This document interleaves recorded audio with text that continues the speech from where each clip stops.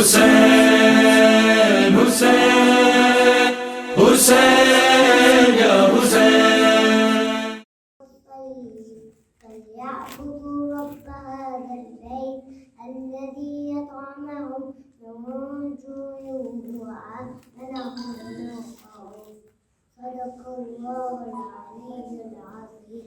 اللهم صل على محمد وآل محمد. اعوذ باللہ من الشیطان الرجیم. بسم اللہ الرحمن الرحیم. پناہ مانگتا ہوں اللہ کی شیطان بدوس سے. شروع کرتا ہوں اللہ کے نام سے جو بڑا مہربان اور مسلسل رحم کرنے والا ہے. صاحبان زمان کی خدمت میں ایک بار حضرت کریم کا سلام پہنچے. پاک ذات جو بے طلب کرتا ہے، جو بے حساب دیتا ہے، جس کی ادا کو کوئی روک سکتا نہیں، جس کے فیصلے کو کوئی روک سکتا نہیں. اے رب ذوالجلال، تیری عزت و جلال کی قسم، تم لائق عبادت ہے، ہم کرنے کی بڑی ضرورت ہے. مجلس کا آغاز تلاوت کلام پاک سے ہو رہا ہے.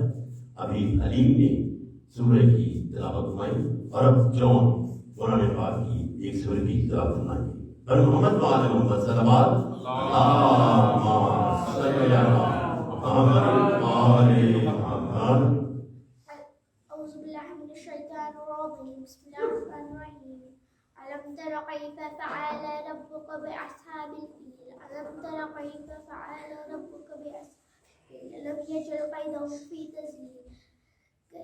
ألم تر كيدهم في تضليل وأرسل عليهم طيرا أبابيل ترميهم بحجارة من سجيل فجعلهم كعصف مأكول. اللهم صل على محمد. اللهم صل على محمد وآل محمد. ماشاءاللہ، یہ تھے جون تلاوت کلام پاک فرما رہے تھے. آنر سوسائٹی آف آسٹریلیا آج بانی اعضاء بیمار کربلا سید الصالحین حضرت امام زین العابدین علیہ السلام کی شہادت کے سلسلے میں مجلس کا اہتمام کیا ہے. آج کی اس مجلس سے ذاکر الوید جناب محمد عباس نقوی صاحب خطاب فرمائیں گے. آخر مجلس شبیر تابوت بیمار کربلا برآمد ہوا اور جناب عقیل پرچن اور زین بھائی نوحانی کریں گے. اور اب دریا امام علی مقام کی حضور اپنے عقیدت کے نذرانے پیش فرما رہے ہیں. جناب دریا صاحب پر محمد وآل محمد صلوات اللہم صلی علی محمد وآل محمد. خوشنود امام سید سجاد بلند ترین صلوات اللہم صلی علی محمد وآل محمد. سجاد لئیے مشکل ہے شام دا سفر، سجاد لئیے مشکل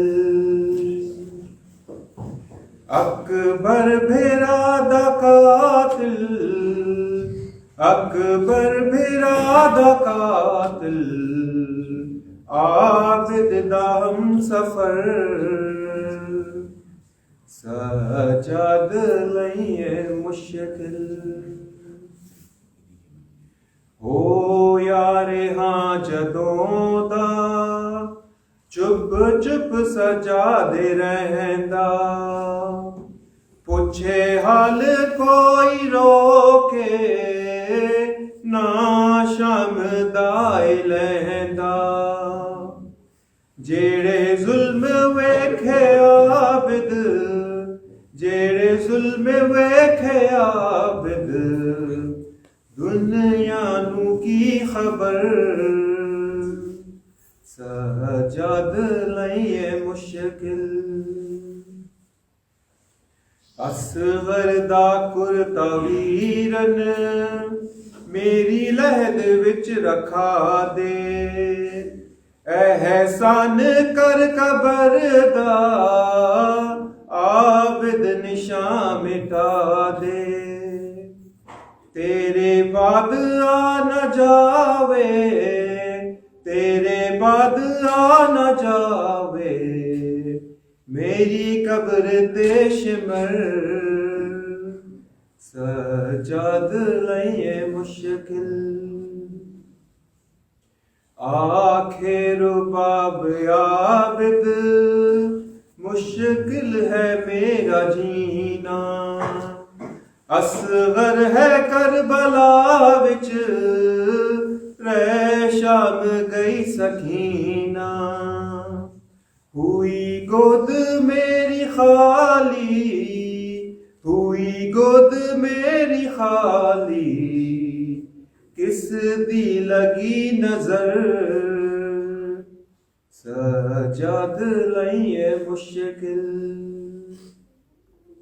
اس شام دے شہر وچ شبیر رل گئیاں دربار دیکھے ویرن تیری موت بھل گئیاں بیمار مر نہ جاوے بیمار مر نہ جاوے زینب نوے فکر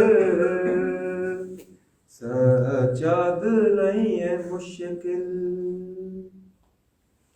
روندائے خون قیدی نئی مرض کوئی پرانی اے شام کھا گئی ہے سجاد دی جوانی ہو یا ضعیف یکدم ہو یا ضعیف یکدم بازار دا اثر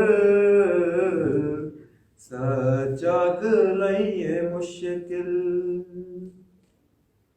جنوں بشر ملائک کر دے بڑی عبادت لیکن ہے لا الہ دی بنیاد ہے شہادت سجدہ حسین تیرا سجدہ حسین تیرا بے شک عظیم تر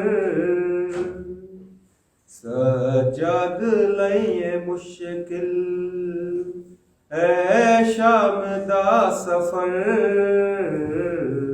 سجاد لئیے مشکل اکبر بھیرا دا قاتل اکبر بھیرا دا قاتل عابد دا ہم سفر سجاد لئیے مشکل بر محمد و آل محمد صلوات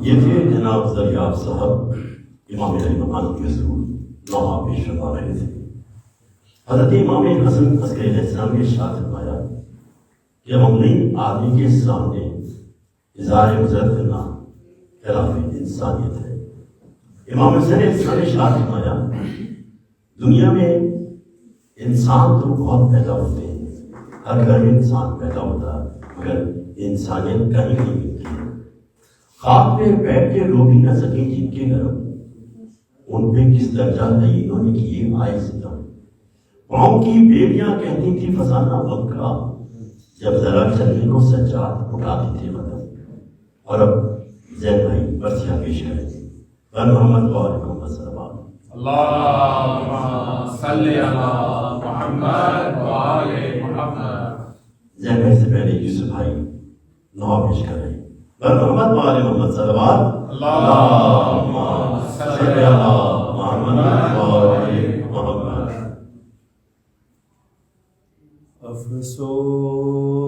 افسوس نبی زادیوں کا شام میں جانا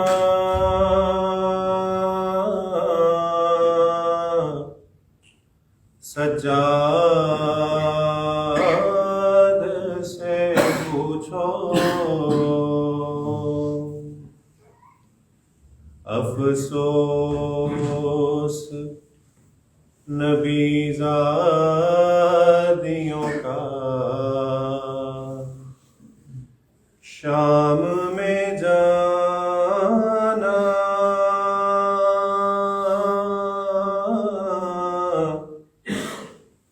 سجاد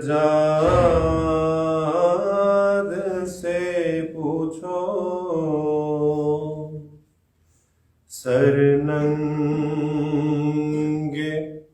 وہ ماں بہنوں کا دربار میں جانا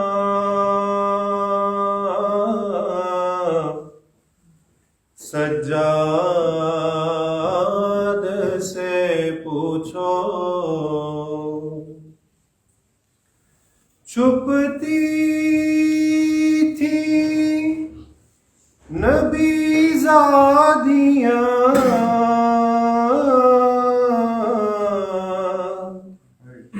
نبی زادی کے پیچھے کس شرم و حیا سے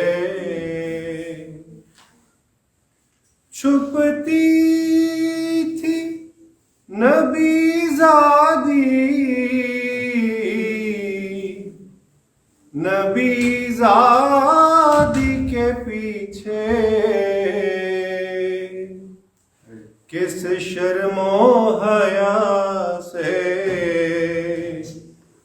اور شمر کا ان بیبیوں کے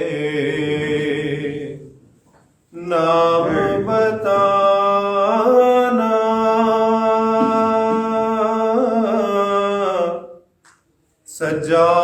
سجاد سے پوچھو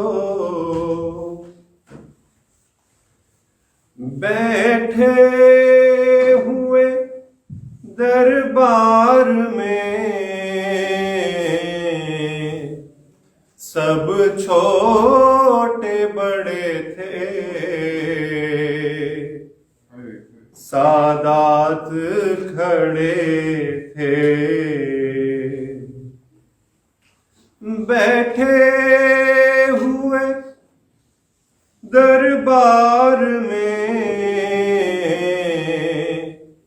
سب چھوٹے بڑے تھے سادات کھڑے تھے سر تشت میں رکھا ہوا زینب کو دکھانا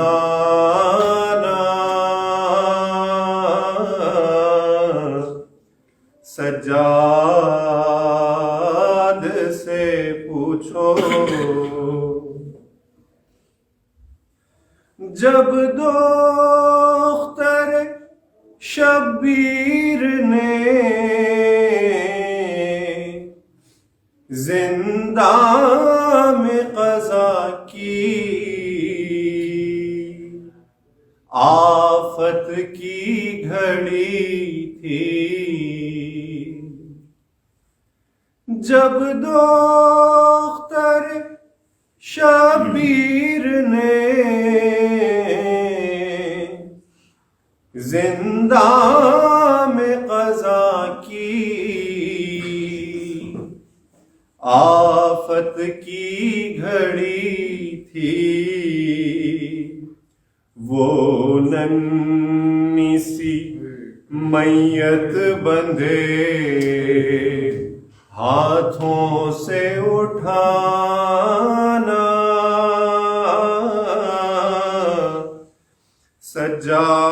سجاد سے پوچھو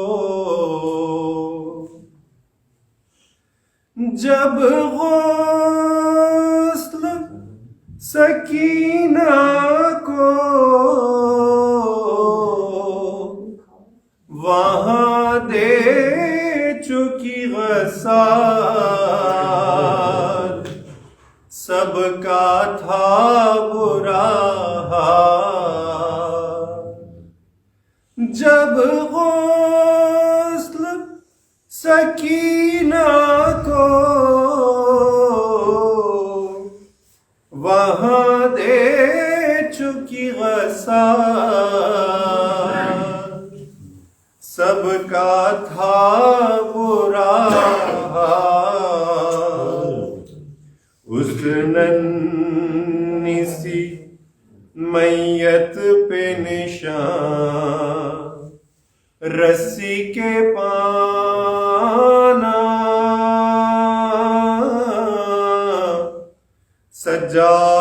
سجاد سے پوچھو افسوس نبی زادیوں کا شام میں آنا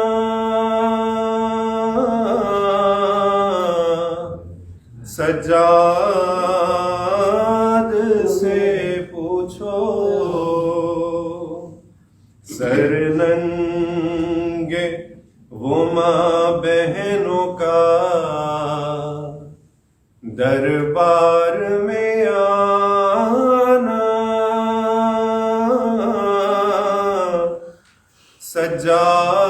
سجاد سے پوچھو پر محمد و آل محمد صلوات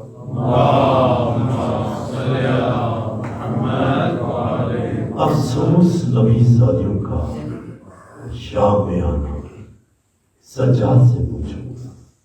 یہ تھے جناب یوسف بھائی وہاں پیش فرما رہے تھے.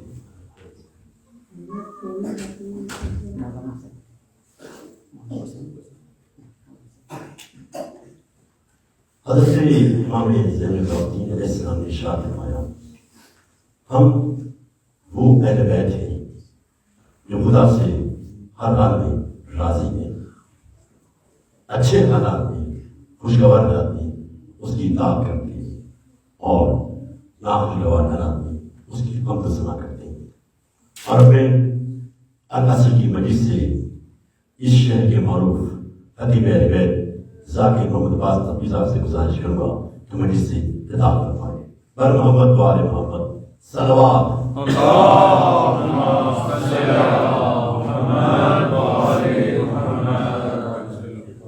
الحمد للہ رب العالمین والصلاة والسلام علی اشرف الانبیاء والمرسلین خاتم النبیین رحمت للعالمین طٰہٰ و یاسین ابی القاسم محمد اللہم صلی علی محمد و آل محمد وعلی وارث النبیین حاکم یوم الدین قائد الغر المحجلین قاتل الکفار والمشرکین الامام نجم الثاقب امام المشارق والمغارب مظہر العجائب و مظہر الغرائب الذي حبه فرض على الحاضر والغائب اسد اللہ الغالب غالب على كل غالب مولانا و مولا القومین امیر المؤمنین علی ابن ابی طالب اللهم صل على محمد وآل محمد وعلى اہل بیتہ الطیبین الطاہرین المعصومین المظلومین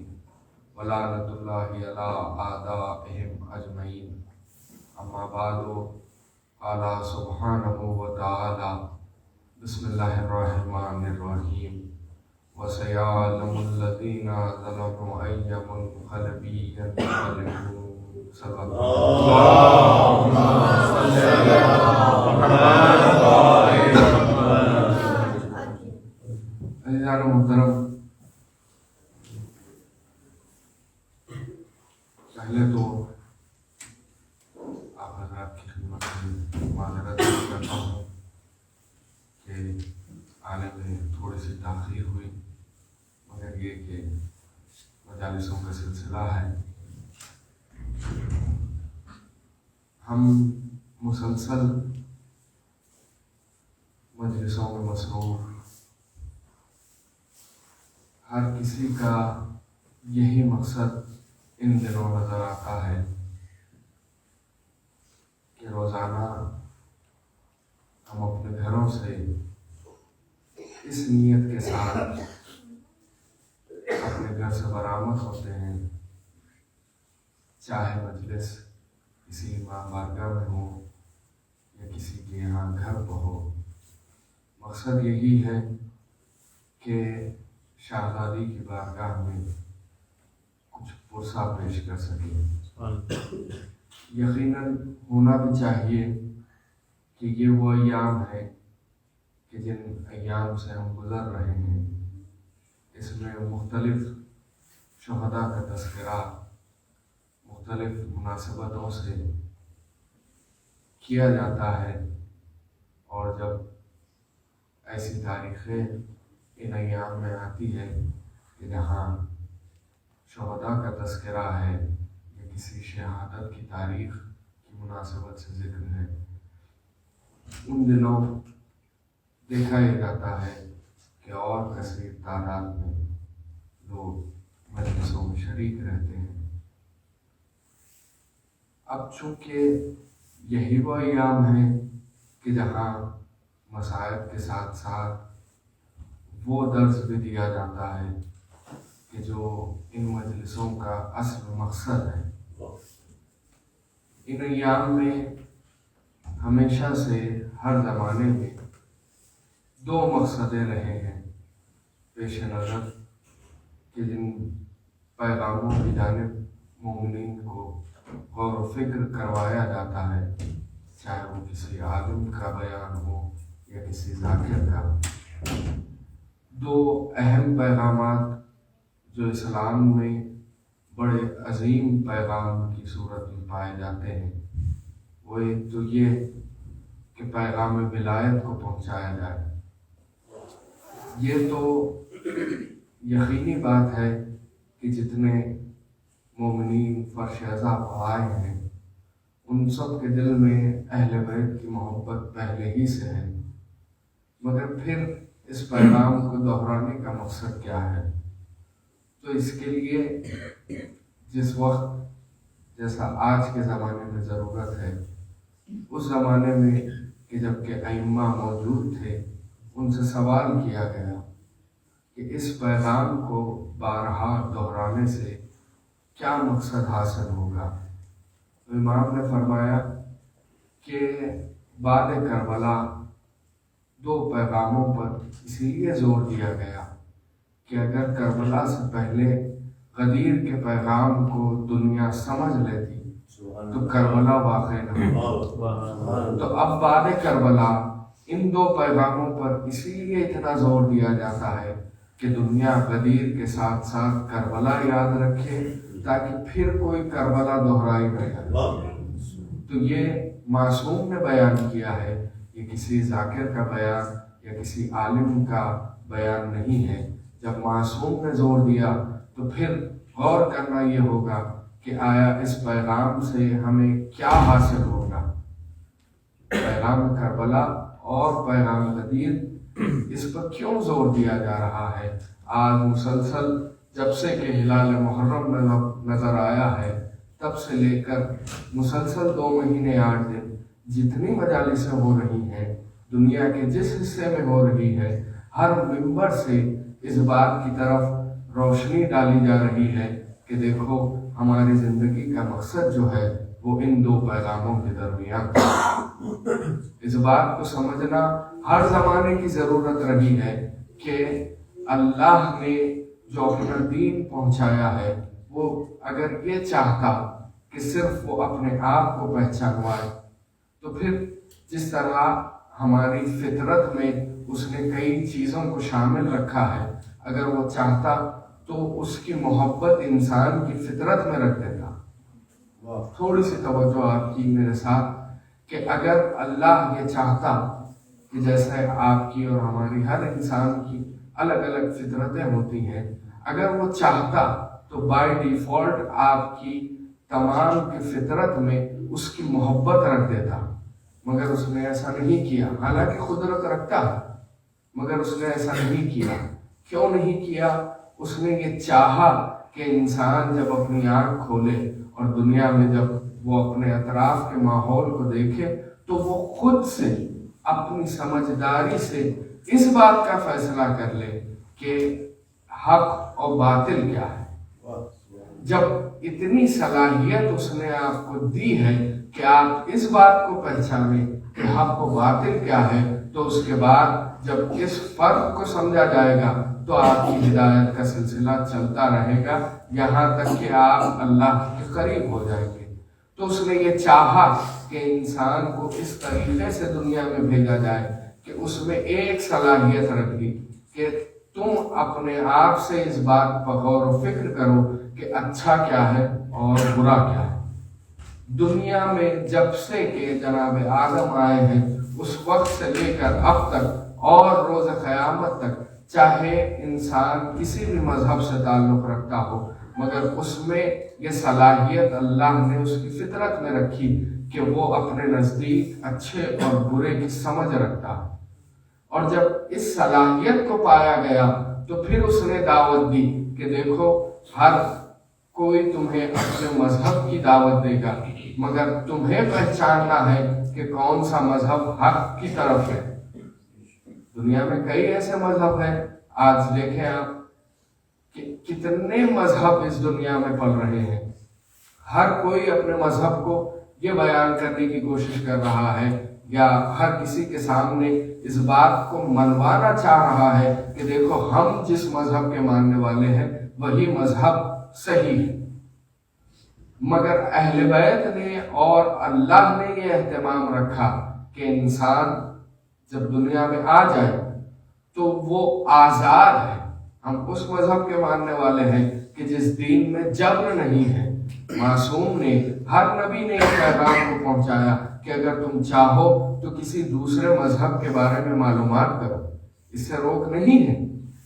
جب آپ دوسرے مذہب میں جھانک کے دیکھیں گے کہ وہ کن تعلیمات کو مان رہے ہیں تو اس کے بعد آپ کو فرق سمجھ میں آئے گا۔ اللہ چاہتا یہی ہے کہ انسان غور و فکر کرے کہ تم دیکھو کہ تمہارے اطراف کن لوگوں میں کیا کیا باتیں چل رہی ہیں کہ وہ اپنے خدا کو کیسے مان رہے ہیں۔ تو دیکھا گیا کہ کوئی ایسا ہے کہ جو پتھر کو مان رہا ہے، کوئی ایسا ہے جو آگ کو مان رہا ہے، کوئی ایسا ہے جو مٹی کو مان رہا ہے، کوئی پانی کو مان رہا ہے۔ اس نے یہ نہیں چاہا کہ وہ اس طریقے سے پہچانا جائے کہ اس نے لازم کر دیا ہے، بلکہ آزاد کر کے یہ بتا رہا ہے کہ تم چاہو تو دنیا بھر کے مذہبوں کے بارے میں معلومات کرو، اس کے بعد پہچانو کہ حق کیا ہے اور باطل کیا ہے۔ حالانکہ جتنی چیزوں کو خدا مانا جا رہا ہے وہ تمام چیزیں اس کی قدرت میں ہیں۔ وہ چاہے تو ایک لمحہ نہ لگے حقیقت کو سامنے لا دے، مگر وہ یہ نہیں چاہتا۔ وہ چاہتا ہے کہ آپ جستجو کریں، انسان اپنے نزدیک کی کوشش کریں۔ تو اب جب کوشش کرنا ہے تو کوشش کا آغاز کہاں سے ہوگا؟ دل میں ارادہ اگر ہو تو وہاں سے آغاز ہوتا ہے۔ اس لیے قرآن میں اللہ فرما رہا ہے کہ معصوم نے بھی اس آیت کو بارہا اپنے خطبات میں اس آیت کا حوالہ دیتے ہوئے کہا کہ اللہ وہ ہے کہ جو بہترین دیکھنے والا ہے اور بہترین سننے والا ہے۔ کیا مطلب ہوا اس کا؟ امام فرما رہے ہیں قرآن کی آیت ہے، کوئی ایسی بات نہیں ہے کہ جو کسی روایت میں ملتی ہے۔ قرآن میں ارشاد ہے کہ وہ ایسا ہے کہ اس کے جیسا کوئی نہیں، اور وہ بہترین دیکھنے والا ہے اور بہترین سننے والا ہے۔ تو اب یہ کمال کہاں سے ہوا؟ کہ اللہ نے ہم انسانوں کو جب اس روح زمین پر بھیجا تو ان دونوں صلاحیتوں کے ساتھ بھیجا کہ انسان دیکھ بھی سکتا ہے، سن بھی سکتا ہے۔ انسان تو انسان، اللہ نے اس صفت کو جانور میں بھی رکھا کہ وہ بھی دیکھ سکتے ہیں، وہ بھی سن سکتے ہیں۔ تو اس میں فرق کیا ہے؟ ہم بھی دیکھ رہے ہیں، ہم بھی سن رہے ہیں، جانور بھی دیکھ رہا ہے، وہ بھی سن رہا ہے، مگر پھر اللہ کہہ رہا ہے قرآن میں کہ وہ بہترین دیکھنے اور سننے والا ہے۔ تو اس کے دیکھنے میں اور ہمارے دیکھنے میں کیا فرق ہے؟ اس کے سننے میں اور ہمارے سننے میں کیا فرق ہے؟ تو کہا زمین و آسمان کا فرق ہے۔ کیسے؟ کیونکہ ہم جو دیکھ رہے ہیں وہ ظاہر دیکھتے ہیں، جو آپ کی نگاہوں کے سامنے ہے بس وہی دیکھ سکتے ہیں، وہی سن سکتے ہیں کہ جو آپ کے سامنے بیان ہو رہا ہے، مگر وہ ایسا دیکھنے والا ہے کہ جو ظاہر کو بھی دیکھے، باطن کو بھی دیکھے، جو وہ بات بھی سنے جو کہی جا رہی ہے اور اس بات کو بھی سنے جو نہ کہی جا رہی ہے۔ تو اب اس نے اس بات کو رکھ کے بتلایا ہے کہ دیکھو میں تمہارے دل کی سننے والا ہوں، میں وہ سن رہا ہوں اور دیکھ رہا ہوں جو تمہارے دل میں ہے۔ اب انسان اس سے قاصر ہے، ہمیں کیا پتا؟ اب اگر آپ مجھ سے پوچھیں گے کہ مجھے کیا دکھ رہا ہے تو میں کہوں گا مومنین ہے جو میرے سامنے بیٹھے ہیں، مگر آپ کے دل میں کیا ہے یہ میں نہیں جھانک کے دیکھ سکتا، آپ دل میں کیا کہہ رہے ہیں یہ میں سن نہیں سکتا۔ تو انسان کی دیکھنے اور سننے کی حد معین ہے، مگر وہ ایسا خالق ہے کہ جو دلوں کا حال جاننے والا ہے۔ اسی لیے اس نے کہا کہ میں دیکھنے اور سننے والا ہوں، تو وہ چاہتا ہے کہ آپ کی نیت سے واقف رہے۔ اس نے یہ نہیں دیکھا کہ آپ کیا عمل کر رہے ہیں، اس نے کہا کہ میں آپ کی نیت پر نظر رکھنے والا ہوں، آپ کے دل کی باتوں کو سننے والا ہوں۔ اس لیے امت محمدیہ کے لیے یہ خاص بات اللہ نے رکھی۔ کیا؟ اکثر آپ سنتے ہیں کہ امت محمدیہ کو یہ شرف حاصل ہے کہ کوئی بھی عمل کرنے کے لیے اگر وہ نیت کرے مومن تو اللہ نے فوراً اس کا ثواب اس کے حصے میں رکھ دیا۔ اس بات کا بھی انتظار نہیں کیا کہ وہ بندہ جو نیت کر رہا ہے وہ آیا اس بات کو عمل کرے گا یا نہیں، بس اس نے نیت دیکھی ثواب دے دیا۔ تو وہ یہ چاہتا ہے کہ پہلے ارادہ دل میں کیا جائے۔ تو ہر چیز کی ابتدا ہے ارادہ۔ جب آپ کا ارادہ محکم ہوگا، ارادے میں یہ بات شامل ہوگی کہ میں اللہ کی قربت حاصل کرنا چاہ رہا ہوں، تو پھر وہاں سے ہدایت کا سلسلہ شروع ہوگا۔ اور جب ہدایت کے سلسلے کا آغاز ہوگا اور دل میں آپ کی نیت میں یہ بات رہ جائے گی کہ میں اللہ کی قربت حاصل کرنا چاہتا ہوں، تو پھر وہ اس سلسلے کو آپ کے سامنے لائے گا کہ جو حقیقت کا سلسلہ۔ جب ارادہ ہوگا تو وہ اپنے جو انتظامات ہیں وہ آپ کے سامنے لائے گا۔ اسی لیے یہ کہا جاتا ہے کہ دیکھو پہلے توفیق کے لیے دعا کرو۔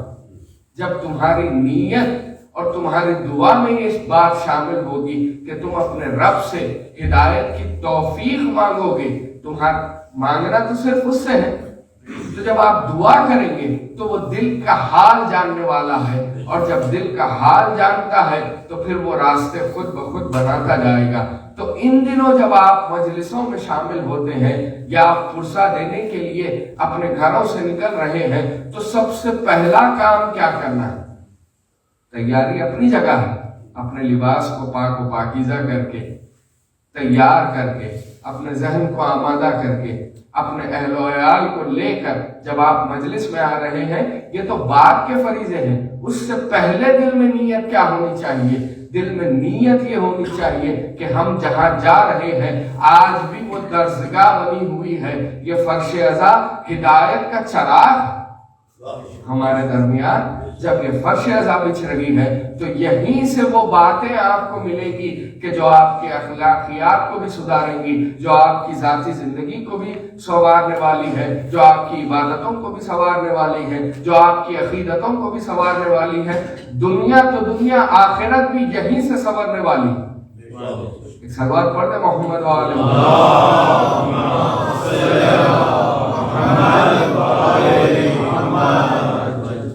تو یہ مقصد ہے۔ ان مجلسوں کے دو مقاصد پائے جاتے ہیں، ایک تو یہ کہ اس پیغام کو پہنچایا جائے کہ جس میں اللہ نے اپنے سلسلہ ہدایت کا تذکرہ کیا ہے۔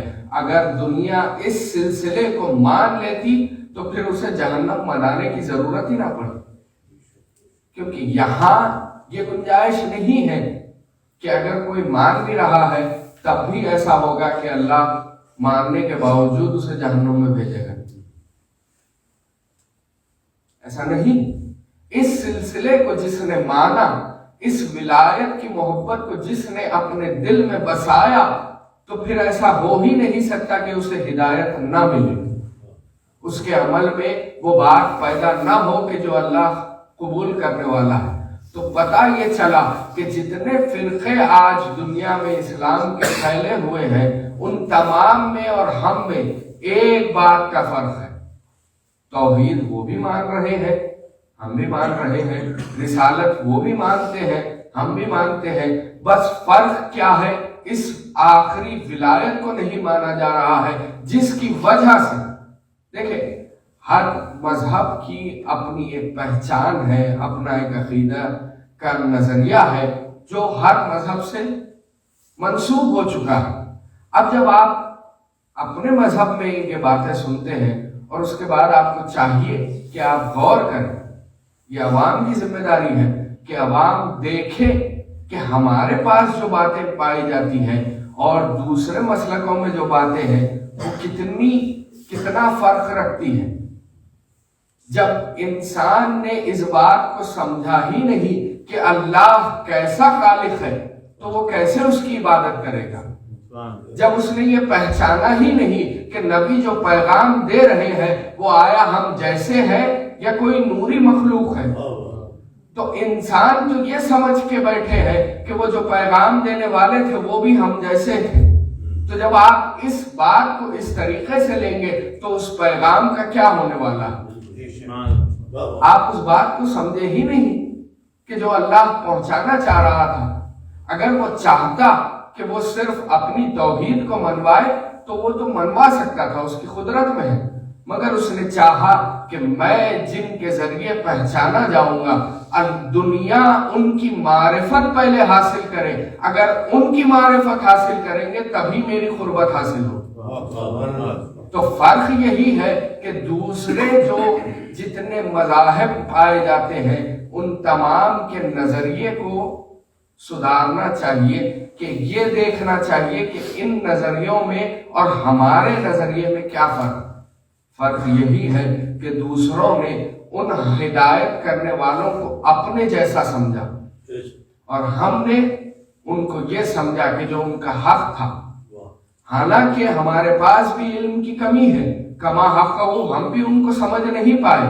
خود اللہ نے کہا ہے، خود رسول نے کہا ہے کہ یا علی اگر خدا کو کسی نے پہچانا تو وہ یا آپ ہے یا میں ہوں، اگر مجھے کسی نے پہچانا تو وہ اللہ ہے اور آپ کو کسی نے پہچانا تو وہ اللہ کی ذات ہے اور میری ذات۔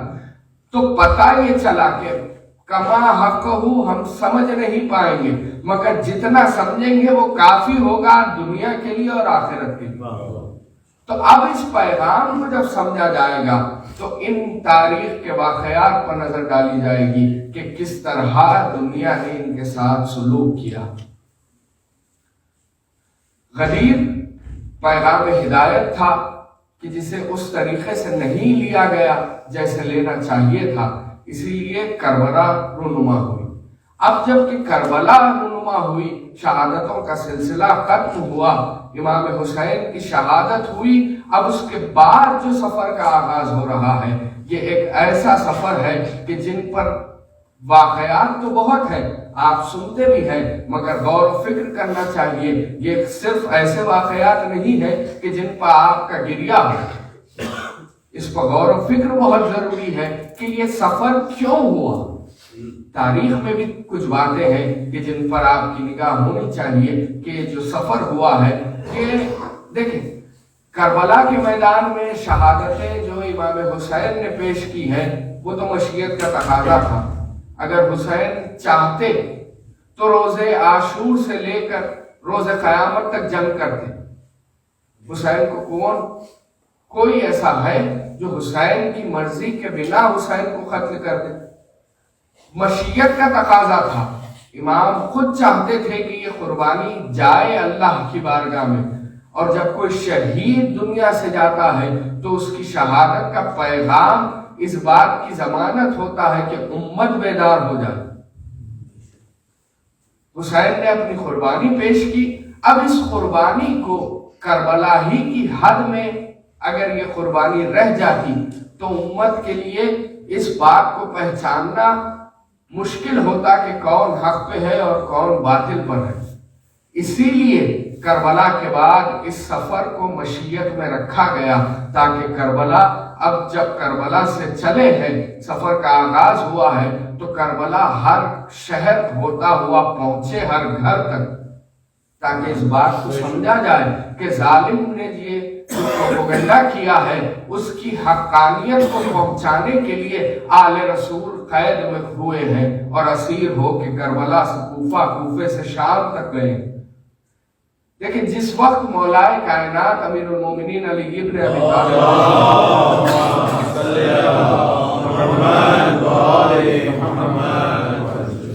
شہادت ہوئی ہے اور قبر شہادت شام پہنچی، روایت کے جملے ہیں، اور پتہ یہ چلا لوگوں کو کہ علی کو حالت نماز میں ضرب لگائی گئی، تو ان کا سوال یہ تھا کہ کیا علی مسجد میں جاتے ہیں؟ تو سوچیں آپ کتنی باتوں کو اہل بیت کے خلاف بغض میں ان کے کردار کو کس طرح عوام کے سامنے رکھا گیا کہ لوگ حیران کر رہے تھے کہ علی مسجد بھی جاتے ہیں، جس کی طرف سے نمازیں بچی ہیں، جس کی طرف سے اللہ کا پیغام بچا ہے، اس کی نماز کے بارے میں لوگ گمان کر رہے ہیں۔ تو یہ اویئرنس کی بات تھی کہ لوگوں تک اس پیغام کو پہنچانا بہت ضروری تھا کہ جو حکومت ان کے بارے میں بیان کر رہی ہے وہ حقیقت ہے یا یہ کہ حقیقت کچھ اور ہے۔ تو اس بات کو پہنچائے کون؟ اس بات کو ہر کسی تک پہنچائے کون؟ اگر کربلا ہی کی حد تک کربلا کا واقعہ رہ جاتا تو امام حسین کا مقصد حاصل نہیں ہوتا، اگر یہ سفر نہ ہوتا۔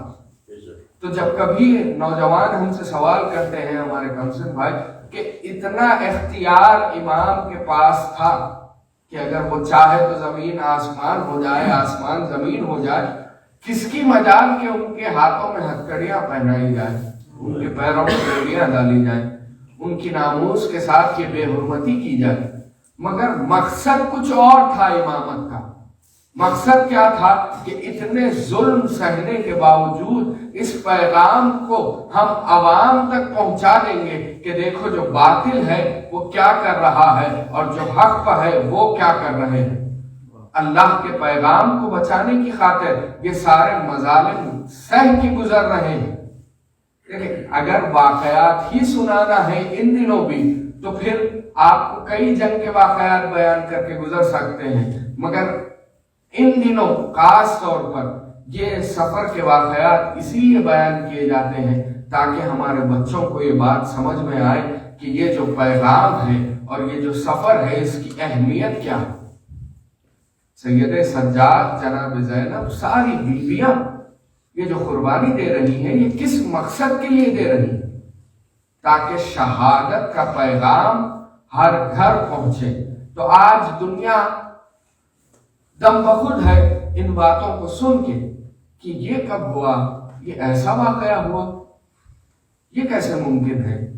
اچھا ایک دن میں اتنی شہادتیں ہوئی، معصوم بچے مارے گئے، یتیموں کے ساتھ ایسا سلوک کیا گیا، پانی نہیں دیا گیا۔ تو جب دنیا اس واقعے کو آج بھی سنتی ہے تو وہ حیران ہو کے دیکھتی ہے کہ آیا اسلام کے رسول اور ان کے نواسے کے ساتھ یہ توقیر؟ تو یہ کربلا صرف ایک ایسا واقعہ نہیں ہے کہ جہاں جنگ کا میدان ہوا تھا اور جنگ و جدال ہوئی اور بات ختم ہو گئی، نہیں، بلکہ کربلا میں وہ قوت ہے کہ کربلا اپنے آپ، دیکھیں جب کبھی واقعہ کربلا بیان کیا جائے، چاہے وہ ہمارے مذہب کا ہو یا کسی بھی مذہب کا ہو، تو اس کی آنکھ نم ہو جائے گی اس بات کو سن کے کہ کیا کیا ظلم ڈھائے گئے، اور وہ جو صبر کا مظاہرہ کربلا سے لے کے شام تک کیا گیا ہے، اس صبر کو دیکھنے کے بعد چاہے وہ مذہب سے تعلق رکھتا ہو یا نہ ہو، اس کا دل متاثر ہوگا کہ اللہ ایسی قربانی دی گئی ہے، کس لیے دی گئی ہے؟ اس اللہ کے لیے۔ تو جب وہ دیکھیں گے کہ یہ قربانی تھی تو خود بخود ان کا دل راغب ہوگا اللہ کی وحدانیت کی طرف کہ ایک شخص نے ایسی قربانی دی کہ جس نے اللہ کی توحید بچائی ہے، نبی کی رسالت بچائی ہے،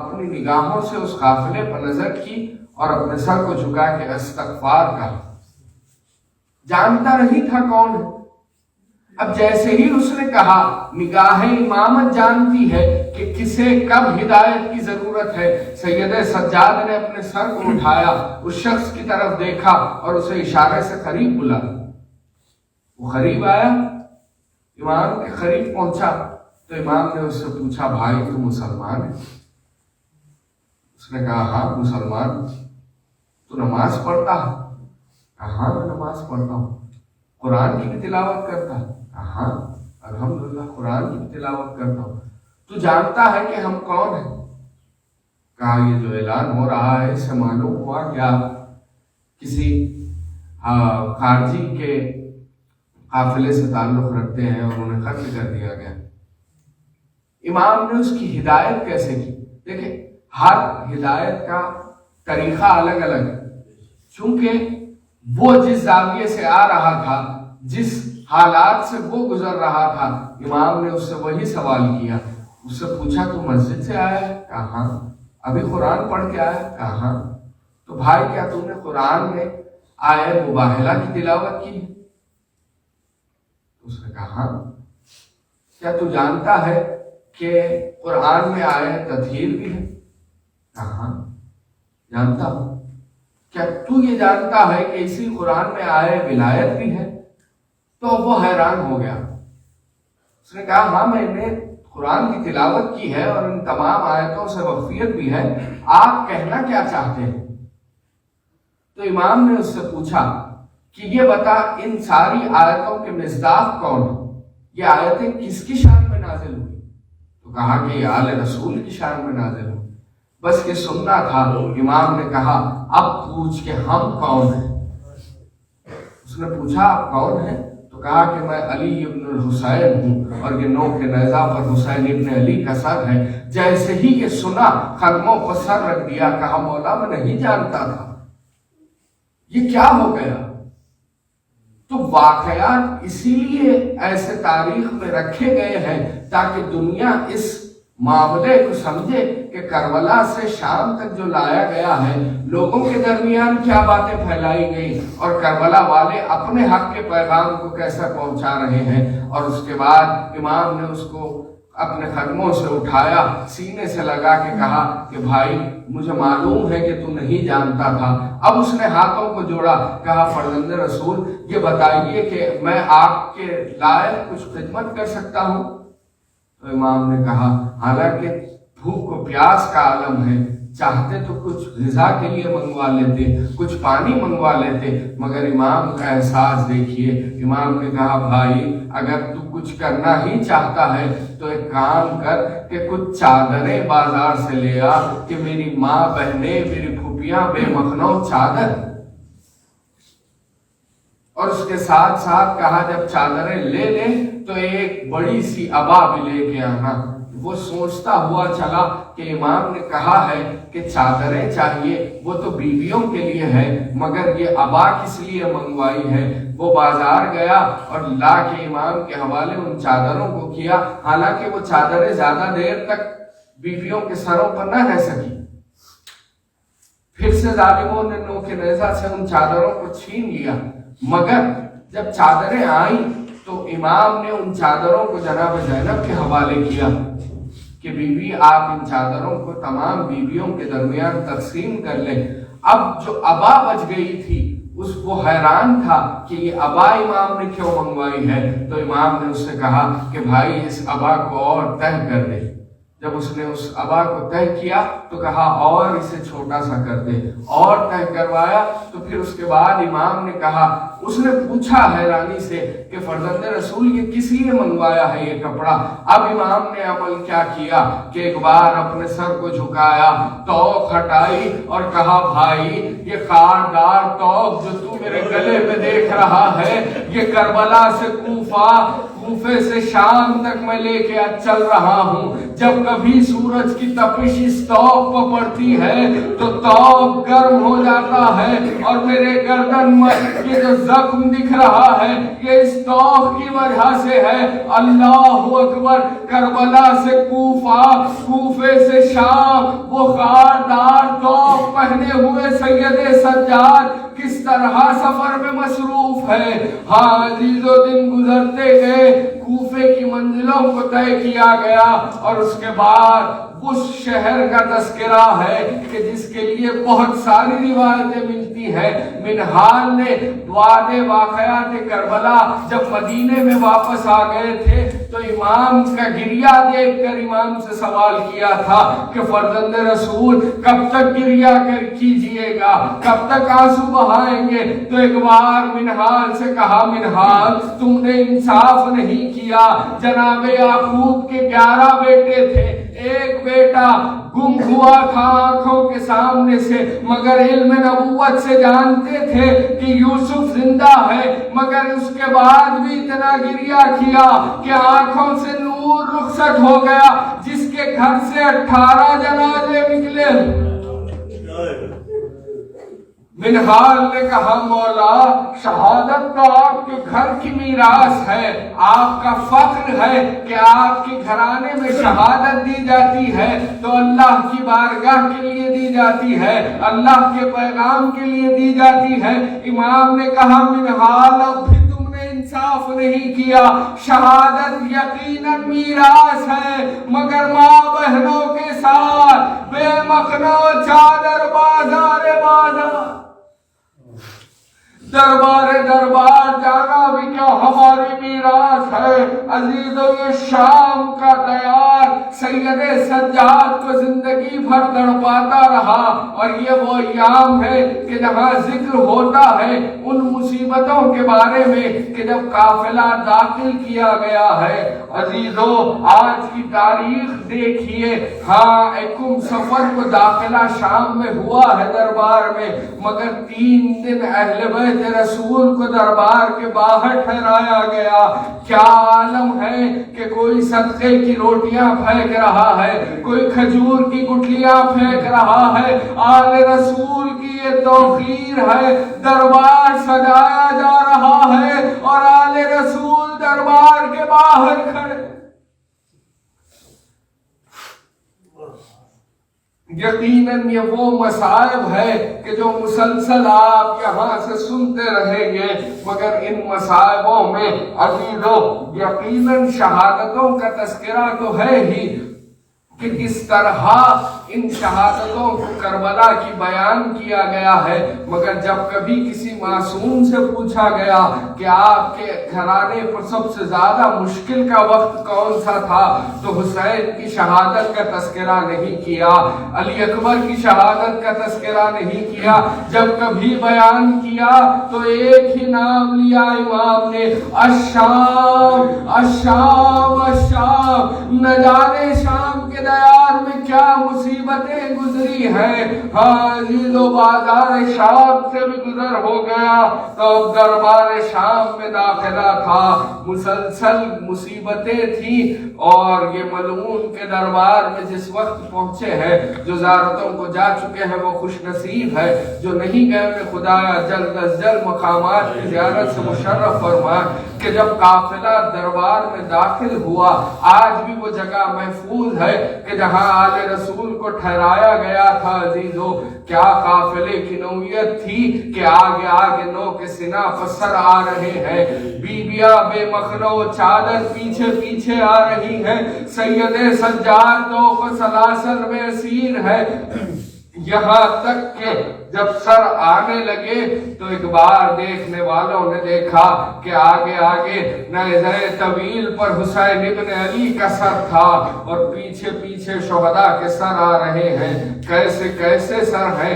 اور محمد کے سر دیکھیں تو 2 پھول ہے کہ جو خون میں ڈوبے ہوئے ہیں. علی اکبر کے سر کو دیکھا تو کسی بی بی نے دربار ہی میں کہا کہ اللہ اس جوان کو جب قتل قتل کیا گیا ہو، ایسا نہ ہو کہ اس کی ماں اس کے ماتم کے لیے زندہ رہی ہو۔ بیویوں کے جھرمٹ سے لیلا نے آواز دی، بیوی اس کی ماں اس کے ماتم کے لیے زندہ ہے۔ ہاں عزیزو، یہ مصیبتیں بھی گزری تو ایک بار دربار نے دیکھا کہ ایک معصوم گلا ہے، ایک معصوم سا سر ہے کہ جو نوک نیزہ پر آخر میں لایا گیا۔ دربار منقلب ہو گیا کہ اللہ ایسے معصوم بچے کو بھی قتل کیا۔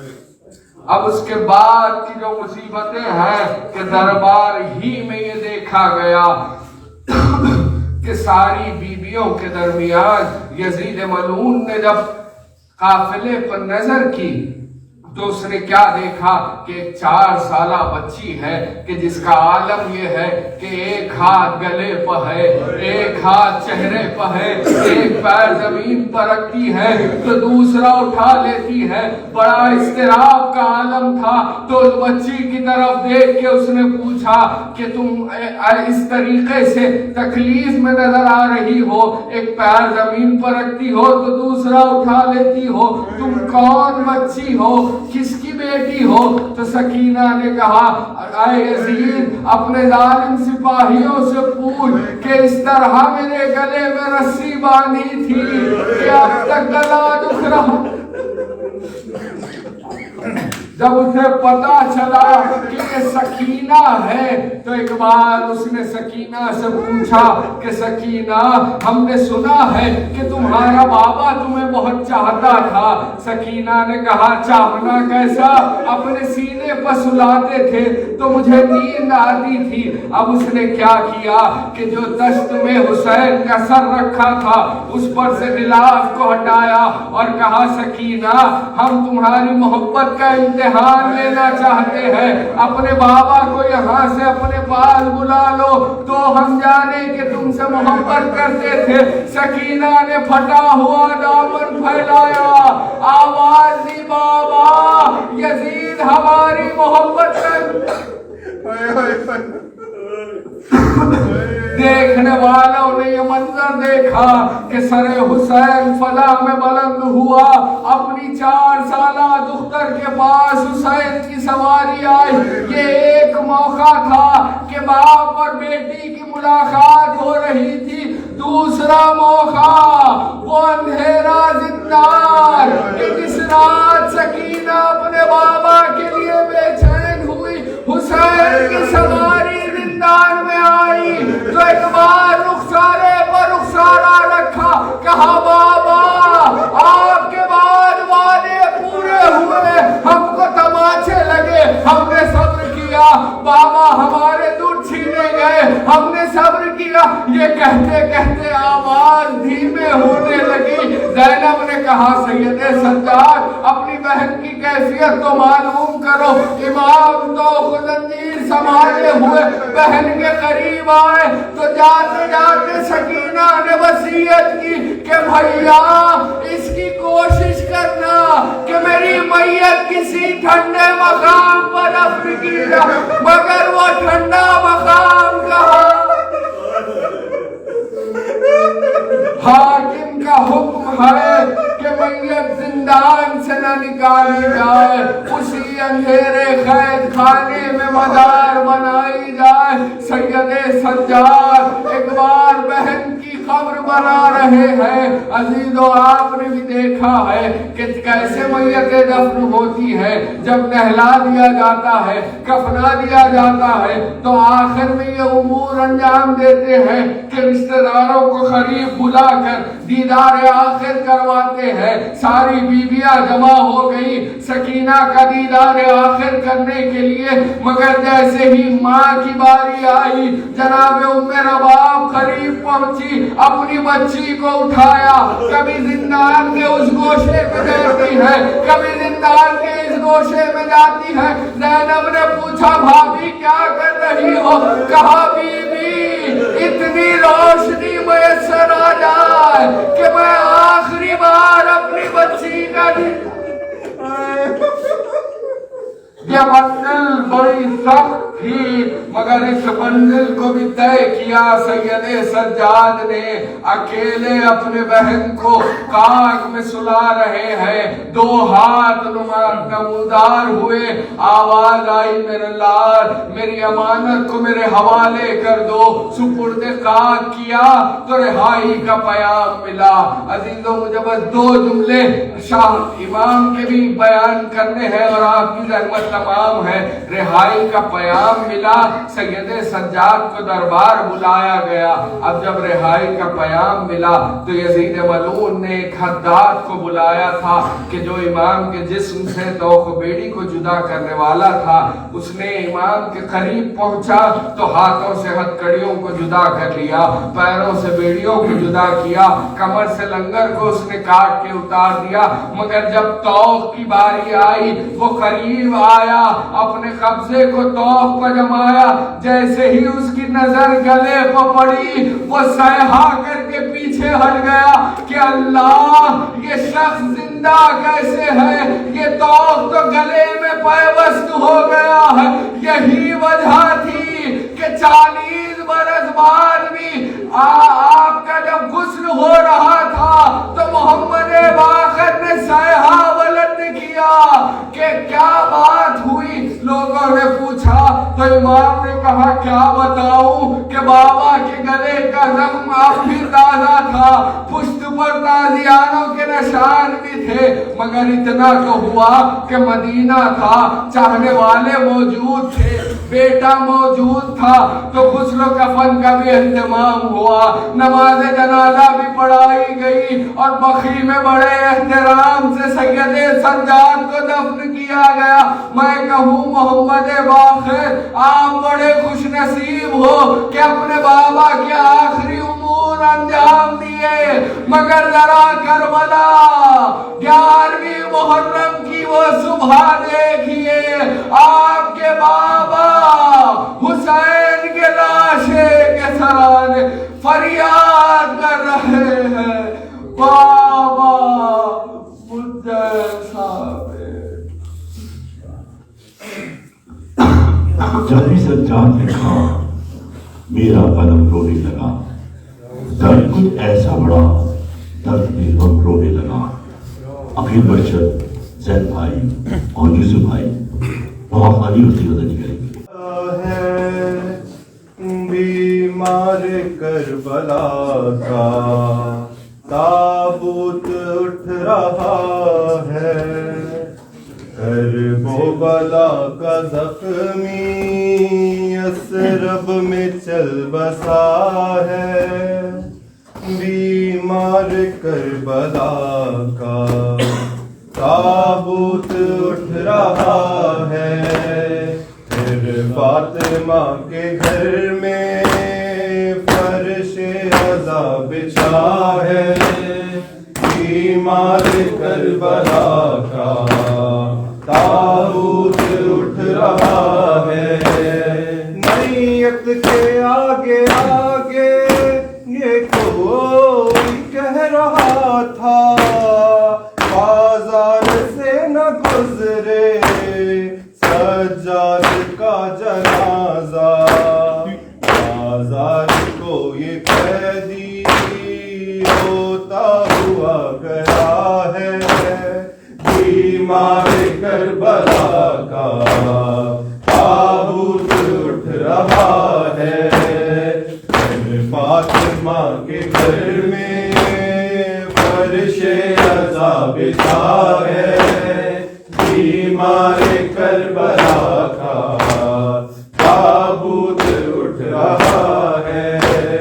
تابوت سے لٹ کر کہتی ہے کوئی بچی, زندان سے ہے آئی بھیا بہن تمہاری. آنکھیں تو کھول دو اب سر پہ میرے رضا ہے. بیمار کربلا کا تابوت اٹھ رہا ہے, فاطمہ کے گھر میں فرش عزا بچھا ہے. بیمار کربلا کا تابوت اٹھ رہا ہے، تیرے کفن بھی اس کی آنکھوں سے منہ ہے تاری، یاد آ رہی ہے برباد سجاد کو پتر کی، روزے سے مصطفیٰ کے اعلان ہو رہا ہے، بیمار کربلا کا تابوت اٹھ رہا ہے، پھر فاطمہ کے گھر میں فرش عزا بچھا ہے، بیمار کربلا کا تابوت اٹھ رہا ہے، اب تو مدینے والوں تم کو سکون رہے گا، روئے گا اور نہ اس کی آنکھوں سے خون بہے گا، بابا کو رونے والا خاموش ہو گیا ہے، بیمار کربلا کا تابوت اٹھ رہا ہے، پھر فاطمہ کے گھر میں فرش عزا بچھا ہے، بیمار کربلا کا تابوت اٹھ رہا ہے، مارا ہے اس طرح سے ظالم نے زہر دے کے، کٹ کٹ کے باہر آئے اس کے جگر کے ٹکڑے، پہلو پہ فاطمہ کے پھر زخم ایک لگا ہے، بیمار کربلا کا تابوت اٹھ رہا ہے، پھر فاطمہ کے گھر میں فرش عزا بچھا ہے، بیمار